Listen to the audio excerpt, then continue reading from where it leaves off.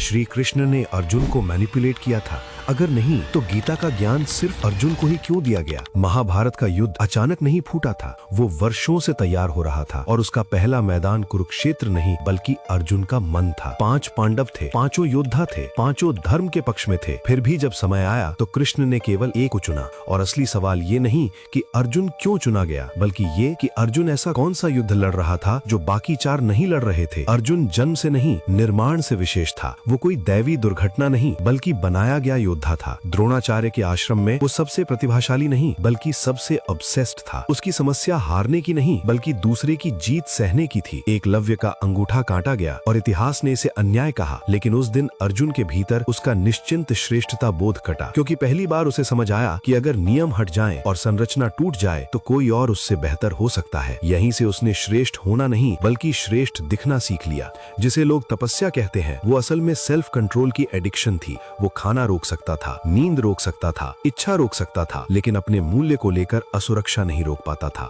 इसी डर ने उसे सबसे ज्यादा अभ्यास करने वाला, सबसे ज्यादा पूछने वाला और परफेक्शन का पीछा करने वाला बना दिया, क्योंकि उसके भीतर एक ही आवाज थी कि अगर मैं रुका तो कोई और आगे निकल जाएगा। अर्जुन स्वर्ग गया, देवताओं के बीच रहा, अप्सराओं के साथ समय बिताया और जिसे उपलब्धि कहा गया वो असल में ईगो स्ट्रेस टेस्ट था, क्योंकि जहां न आदेश थे न चुनौती, वहां उसकी क्लैरिटी गिरने लगी। जो व्यक्ति खुद को पृथ्वी से ऊपर मानने लगता है वो जमीन के निर्णयों में हिचकिचाने लगता है। और अर्जुन लौटा तो भीतर एक दरार के साथ। अब वो जानता था कि वो महान है और महान होने का बोझ उससे भारी है। द्रौपदी स्वयंवर में मछली की आंख भेदी गई, सभा गूंजी, पर उसी क्षण अर्जुन ये नहीं देख पाया कि वो अब सिर्फ योद्धा नहीं बल्कि राजनीतिक प्रतीक बन चुका है, जहां हर निर्णय देखा जाएगा, तौला जाएगा और इतिहास में दर्ज होगा। और जो हर पल देखे जाने लगे वो भीतर से अकेला पड़ जाता है। महाभारत से पहले ही युद्ध शुरू हो चुका था। लाक्षागृह, वनवास, अपमान, बाहरी युद्ध थे। असली युद्ध अर्जुन के भीतर था कि क्या मैं सही कर रहा हूँ? क्या मैं केवल आदेश मान रहा हूँ? क्या मैं अपने ही रक्त को मार सकता हूँ? ये सवाल भीम के नहीं थे, युधिष्ठिर के भी नहीं थे, क्योंकि भीम क्रिया करता है, युधिष्ठिर नियम में अटकता है और अर्जुन सोचता है, और जो सोचता है वही सबसे पहले टूटता है। इसलिए कृष्ण ने अर्जुन को इसलिए नहीं चुना कि वो सबसे शक्तिशाली था, बल्कि इसलिए कि वो सक्षम था, अनुशासित था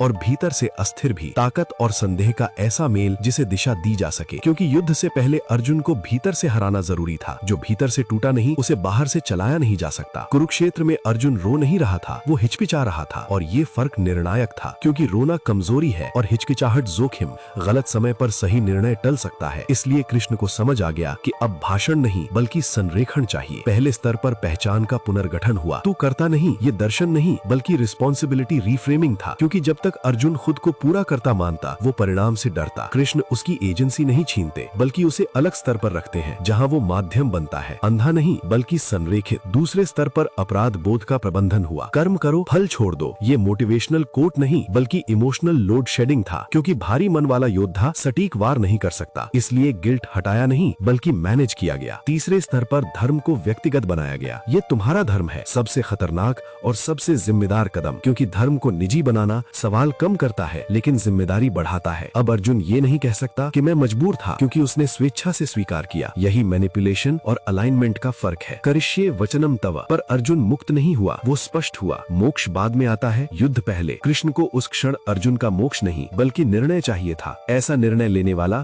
जो परिणाम सह सके। यही कारण है कि बाकी पांडव नहीं चुने गए। युधिष्ठिर नैतिक रूप से कठोर था पर लचीला नहीं, भीम भावनात्मक था पर स्थिर नहीं, नकुल सहदेव ज्ञानी थे पर प्रभावहीन, जबकि अर्जुन के पास शक्ति थी, विवेक था और बदलने की क्षमता भी। और यही आदर्श चयन होता है, क्योंकि कृष्ण ने अर्जुन को सबसे बड़ा भक्त होने के कारण नहीं बल्कि इसलिए चुना कि वो सुन सकता था, बदल सकता था और निर्णय का भार उठा सकता था। यही जीवन का नियम है, जो खुद को बदलने देता है, इतिहास उसी से काम लेता है, बाकी लोग सिर्फ कथा बनते हैं। अगर तुम्हें लग रहा है कि तुम सही जानते हो लेकिन सही कर नहीं पा रहे, अगर दिमाग में बहुत शोर है, कंफ्यूजन, फियर, ओवरथिंकिंग, तो समस्या बाहर नहीं भीतर है। इसीलिए हमारे चैनल पर भगवद गीता की पूरी सीरीज शुरू की गई है। अभी तक लगभग 7 अध्याय अपलोड हो चुके हैं और आगे भी पूरे चैप्टर्स स्टेप बाय स्टेप आने वाले हैं। ये कोई धार्मिक लेक्चर नहीं है, ये डिसीजन मेकिंग, क्लैरिटी क्लैरिटी और सेल्फ कंट्रोल की ट्रेनिंग है। एक बात साफ समझ लो, ये भगवत गीता के श्लोकों की एक्सप्लेनेशन सीरीज नहीं है। ये कोई लेक्चर, कोई प्रवचन और कोई किताब पढ़कर सुनाने वाला कंटेंट भी नहीं है। इस सीरीज में हमने गीता को आज की रियल मॉडर्न लाइफ के कॉन्टेक्स्ट में तोड़कर समझाया है। Career, confusion, fear, decision making, discipline, ego, relationships, जो तुम्हारे रोज के जीवन में चल रहा है वही यहाँ कवर किया गया है। गीता पढ़ने की नहीं, जीने की चीज है। अगर तुम सच में अपनी जिंदगी में बदलाव चाहते हो, इमोशन से नहीं समझ से, तो इस सीरीज को देखो, सीखो और जो समझ में आए उसे अपनी लाइफ में अप्लाई करो। तो मिलते हैं नेक्स्ट वीडियो में। तब तक के जय।